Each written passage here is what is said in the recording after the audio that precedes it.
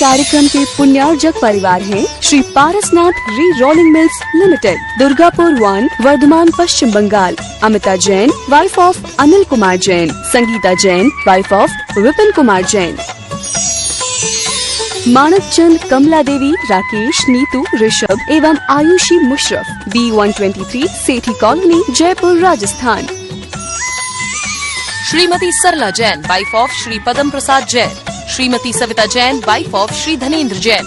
Anshul Jain, Parul Jain, Jain store, Patparganj, Delhi. Ram Ratan, Ratni देवी पाटनी। प्रकाश चंद्र, सारिका पाटनी।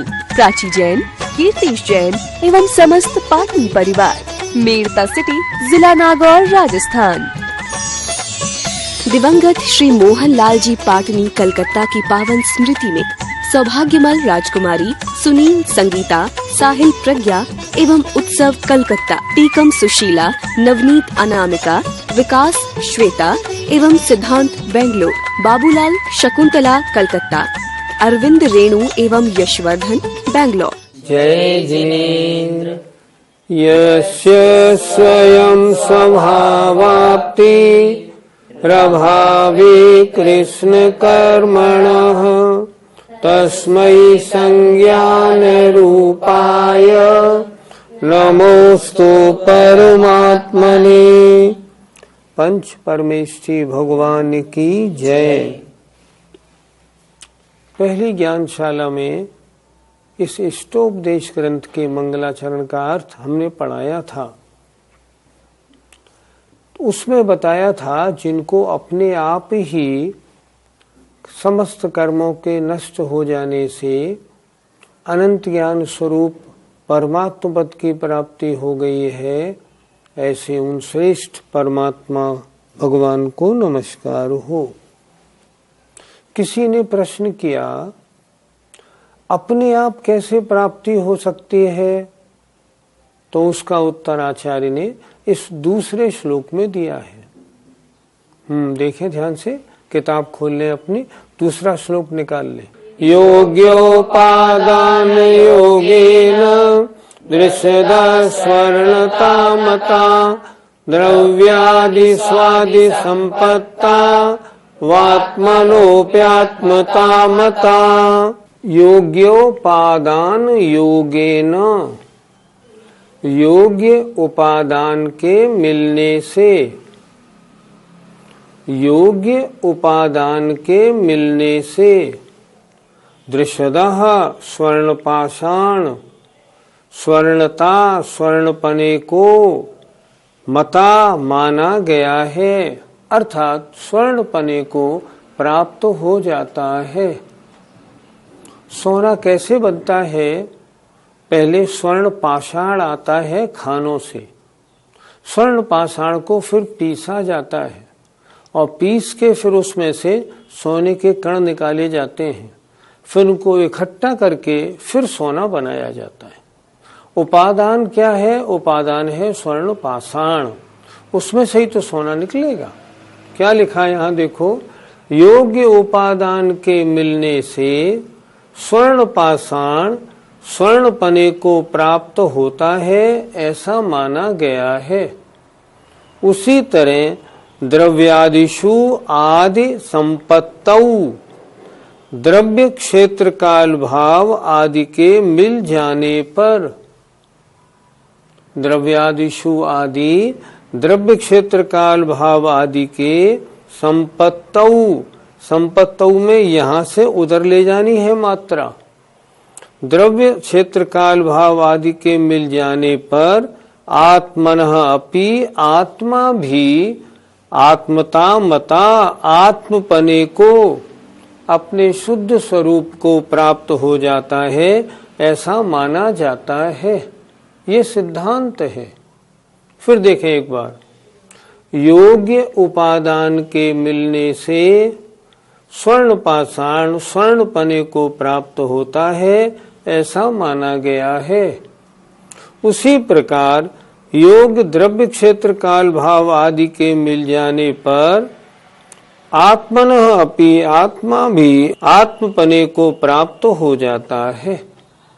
योग द्रव्य क्षेत्र काल भाव मिला तो अशुद्ध आत्मा शुद्धपने को प्राप्त हो जाता है। पंडित जी, उपादान किसे कहते हैं? जिसमें स्वयं कार्य रूप परिणमन करने की शक्ति होती है उसे कहते हैं उपादान। और कार्य रूप परिणमन करने में जो बहिरंग अंतरंग निमित्त मिलते हैं, जो कारण मिलते हैं, वो कहलाते हैं निमित्त। निमित्त कार्य रूप परिणमन नहीं करता, लेकिन उपादान की योग्यता वाला भी बिना निमित्त के अपने कार्य को नहीं कर पाता। इसलिए उपादान और निमित्त, योग्य उपादान और योग निमित्त के मिलने से कार्य की सिद्धि हो जाती है। पंडित जी, इस गाथा में निमित्त उपादान कैसे लगाएंगे? स्वर्ण पाषाण खान से निकला हुआ जो सोने का पत्थर है, उस पत्थर में से जब बहिरंग निमित्त मिलेंगे तब उन पत्थरों को कूटा पीसा जाएगा और उसमें से सोना निकलेगा। उपादान स्वर्ण पाषाण, उसमें योग्यता है स्वर्ण परिणमन होने की। निमित्त वो न्यारिया, वो रिफाइनरी वाला, वो सुनार जो उसको कूट पीट करके उसमें से सोने के कणों को इकट्ठा करता है। उपादान जो कार्य रूप परिणमन करने की योग्यता वाला हो, और निमित्त जिसके मिलने पर वह उपादान से कार्य हो। निमित्त नहीं मिले तो कार्य संपन्न नहीं होता। तो यहाँ उपादान हुआ स्वर्ण पाषाण, निमित्त हुए वे न्यारिये आदि, या रिफाइनरी में देखें तो रिफाइनरी वाले जो उसको रिफाइन करके उसमें से सोना निकालते हैं, ये हुआ निमित्त। योग्य उपादान हो, योग्य निमित्त मिल जाए, सोने की प्राप्ति हो जाती। हमें अपनी आत्मा शुद्ध करने के लिए कैसा द्रव्य क्षेत्र काल भाव चाहिए? कैसा द्रव्य चाहिए? द्रव्य मतलब मनुष्य पर्याय मिले, पंचेंद्रिय बने, उत्तम कुल में हमारा जन्म हो, शरीर को भी पहला वज्र वृषभ नाराज सहनन मिले, ऐसा तो द्रव्य हो, तभी तो मोक्ष की प्राप्ति होगी, नहीं तो नहीं होगी। क्षेत्र कौन सा चाहिए? भोग भूमि में नहीं होगा, नरक स्वर्ग में नहीं होगा, मनुष्य पर्याय मिले और कर्म भूमि मिले, वो भी कुभोग भूमि भी नहीं मिले, और कर्म भूमि में मलेच्छ खंड ना मिले, आर्य खंड मिले, ये योग क्षेत्र की प्राप्ति है। अगर मलेच्छ खंड में पैदा हो गए तब भी कुछ होने वाला नहीं, इसलिए योग क्षेत्र मिले। तीसरा काल, काल कौन सा मिले? या तो विदेह क्षेत्र में जन्म ले ले, हमेशा चौथा काल रहता है। विजयार्थ पर्वत पर जन्म ले ले, विजयार्थ की जो नगरियां हैं हमेशा चौथा काल रहता है, वहां निर्वाण हमेशा खुला हुआ है। अगर मान लो भरत ऐरावत क्षेत्र में आर्यखंड में जन्म हो तो कौन सा काल सही रहेगा?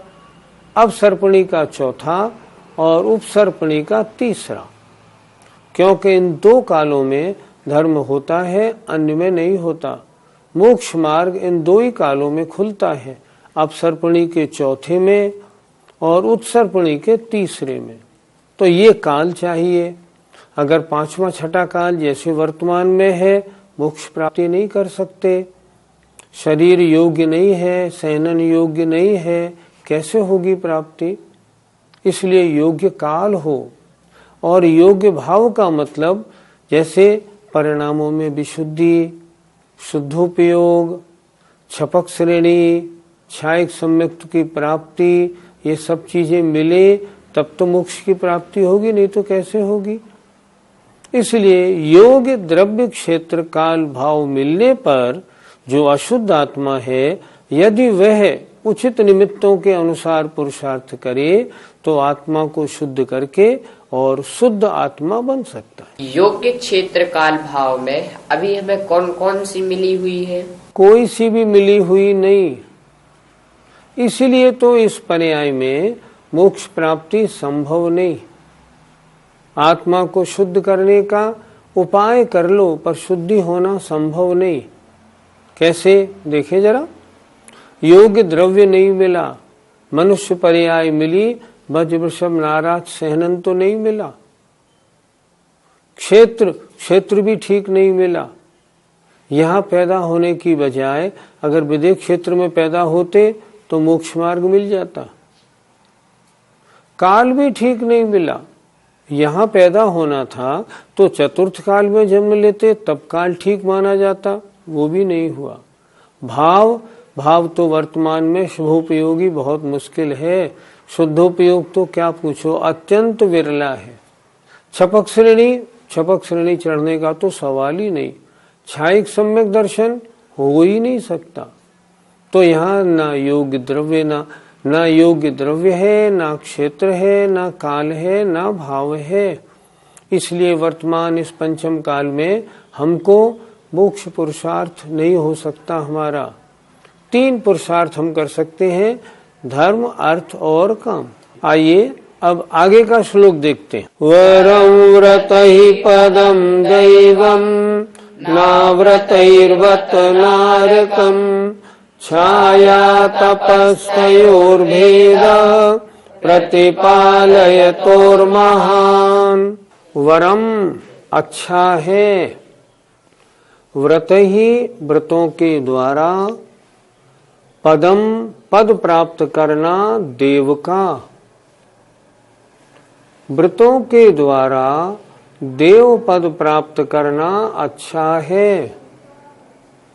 न अव्रत ही वत ओहो, लेकिन अव्रतई के द्वारा, व्रतों को धारण नहीं करने के द्वारा, व्रती नहीं बनने के द्वारा नारकम नरक पर्याय प्राप्त करना न अच्छा नहीं है।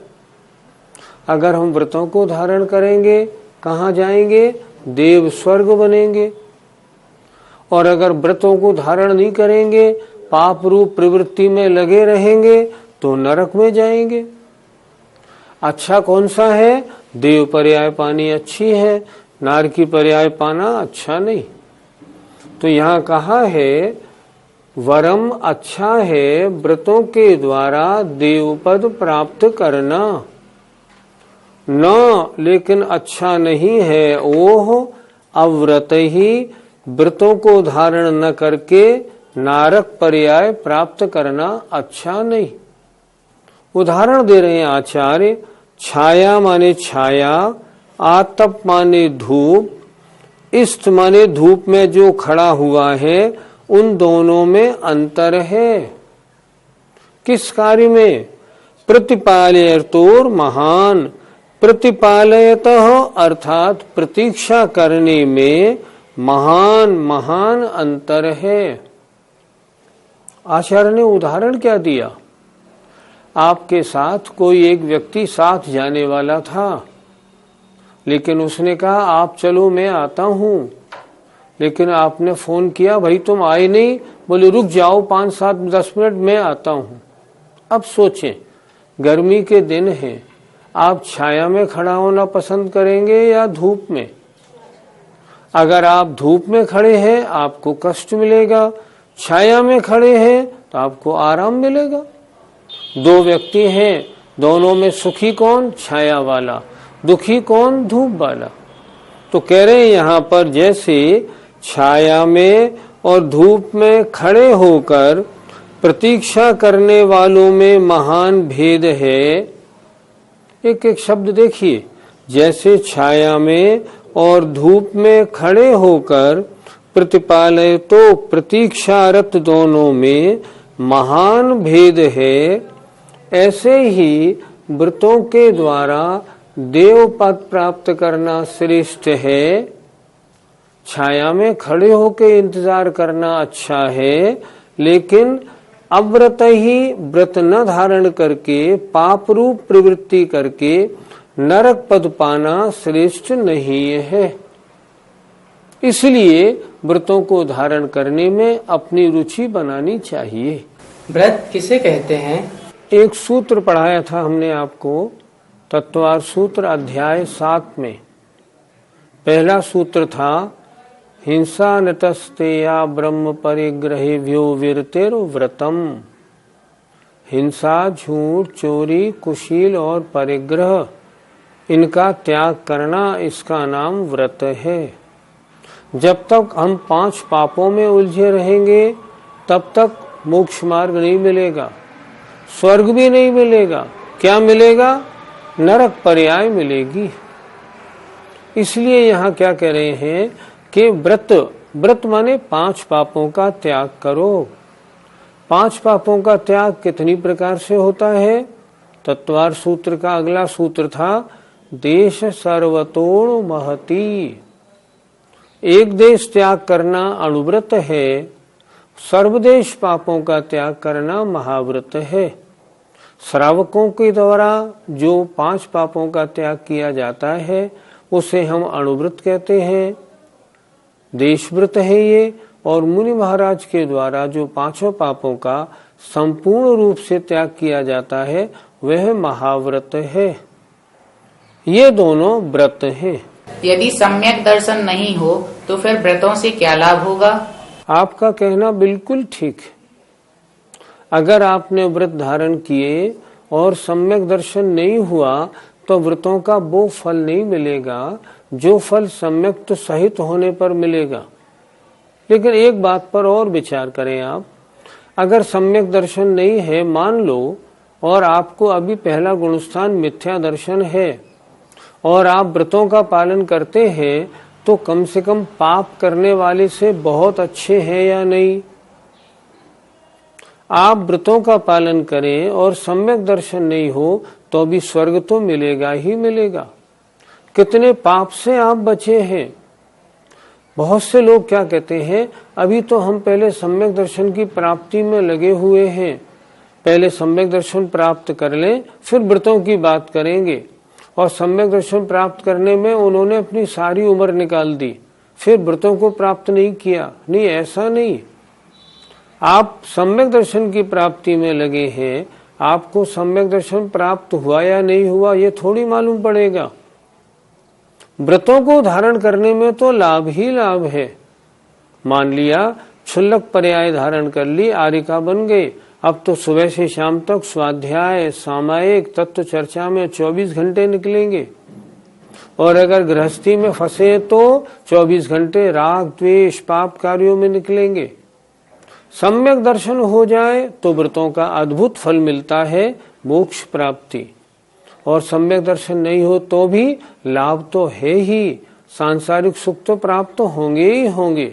इसलिए व्रतों को धारण करने में कभी पीछे नहीं रहना चाहिए। हमें सम्यक दर्शन प्राप्त हुआ या नहीं, क्या ये मालूम पड़ सकता है? हाँ, अगर अवधि ज्ञानी, मनप्रिय ज्ञानी या केवल ज्ञानी भगवान के सामने आप हो, वो तो स्पष्ट बता देंगे आपका गुणस्थान कौन सा सम्यक तो हुआ या नहीं। लेकिन वर्तमान में उनका अभाव है, हम अभागे हैं, हमें उनके दर्शन नहीं प्राप्त। फिर कैसे मालूम करें? इसके लिए दर्शन पाहुड़ की दूसरी गाथा की जो टीका लिखी है पंडित जयचंद जी ने, बहुत उपयोगी है, आप सबको पढ़नी चाहिए। फिर नोट कर लें, दर्शन पाहुड़ की पंडित जयचंद जी की दूसरी गाथा की टीका। उसमें उन्होंने लिखा है मुझे सम्यक तो हुआ या नहीं, और सामने वाले को सम्यक तो है या नहीं, क्या इसका कोई थर्मामीटर है? उन्होंने लिखा है तो सही। क्या है? सामने वाले में या अपने में क्या करो, 4 गुणों को देख लो, प्रशम, संवेग, अनुकंपा और आस्तिक्य। क्या मतलब होता है इन चारों का? प्रशम, सबसे पहले कषाय की मंदता है या नहीं, सामने वाले में या मुझ में। मेरी कषाय मंद हो गई है, समझना, हाँ मैं सम्यक्त की ओर अग्रसर हूं। प्रशम माने कषायों की मंदता। संवेग, संसार से भयभीत पना, हमको संसार बहुत अच्छा लगता है आजकल, संसार में सुबह से शाम तक उलझे रहते हैं। हमने देखा सारे बाल सफेद हो जाए, 80 वर्ष की उम्र हो जाए, फिर भी नाते पोतों में उलझे रहते हैं।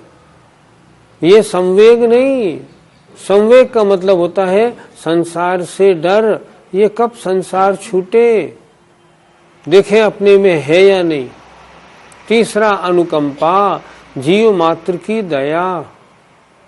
कुछ भी खाना पीना चलना फिरना उठना बैठना मुझसे जीव हिंसा नहीं हो जाए, ऐसी आपकी परिणति है या नहीं। हमने माना अभी आपने अणुव्रत महाव्रत नहीं लिए, लेकिन फिर भी सम्यक दृष्टि का ये ध्यान हमेशा रहता है मुझसे कोई जीव मरे नहीं। अनुकंपा और आस्तिक्य, सच्चे देव शास्त्र गुरु की भक्ति है या नहीं। 7 तत्व 9 पदार्थ का ज्ञान है या नहीं। अगर सही सही ज्ञान है, देव शास्त्र गुरु की भक्ति में आपका मन लगता है और चारों गुण आप में है, समझना मैं सम्यक दृष्टि हो सकता हूँ। फिर भी गारंटी नहीं करनी। सामने वाले में अगर ये 4 गुण है तो सामने वाला सम्यक दृष्टि हो सकता है। ये सम्यक दृष्टि के पहचान के थर्मामीटर हैं जो हमारे देखने में आ जाते हैं। व्रतों को धारण किया फिर स्वर्ग गए तो वहाँ तो भोग भोगेंगे ही पंचेंद्रिय विषयों के, फिर व्रत धारण करने से क्या लाभ। 2 बात, व्रत धारण करके स्वर्ग जाना आपको अच्छा नहीं लगता, ठीक। आप ऐसा करें, आप व्रतों को धारण नहीं करें, 5 पापों में लगे रहें और नरक चले जाएं, वो ठीक लगेगा। जाओ नरक, दुखों को भुगतो, हम कब मने करते। पाप करोगे तो नरक मिलेगा, लेकिन देखो ऐसी गलत धारणा मत बनाना। जो व्यक्ति यहाँ धर्मात्मा बनकर सम्यक दर्शन प्राप्त हुआ या नहीं, अरे हम सम्यक दर्शन में लगेंगे तो प्राप्त क्यों नहीं होगा।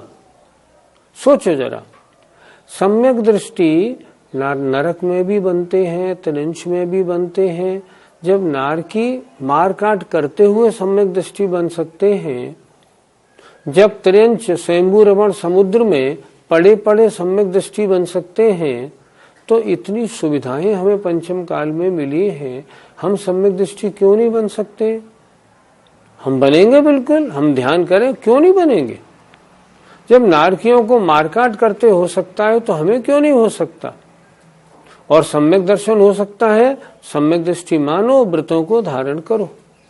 दूसरी बात, एक बात और ध्यान रखना, अगर आप सम्यक प्राप्ति में लगे हुए हैं और व्रतों को धारण किया है और स्वर्ग प्राप्त किया है, तो ऐसे जीव सम्यक सहित अगर स्वर्ग गए हैं, भोगों में उलझते नहीं हैं। शास्त्रों में लिखा है वो अपनी सारी आयु भर धार्मिक कार्यों में लगाते हैं। यहाँ व्रतों को धारण करो और धारण करके स्वर्ग जाओ, वहां सागरों की आयु मिलेगी। उस आयु में क्या करो, धर्म ध्यान, नंदीश्वर द्वीप जाओ, पंचमेरु की वंदना करो, सिमंदर स्वामी के 100 शरण में जाओ, उनकी दिव्य ध्वनि सुनो, आनंद ही आनंद है। नरक जाने में क्या आनंद मिलेगा। इसलिए व्रत धारण करने में सोचना नहीं। क्या देवों में सब तरह के सुख होते हैं, क्या उनमें लड़ाई झगड़े नहीं होते।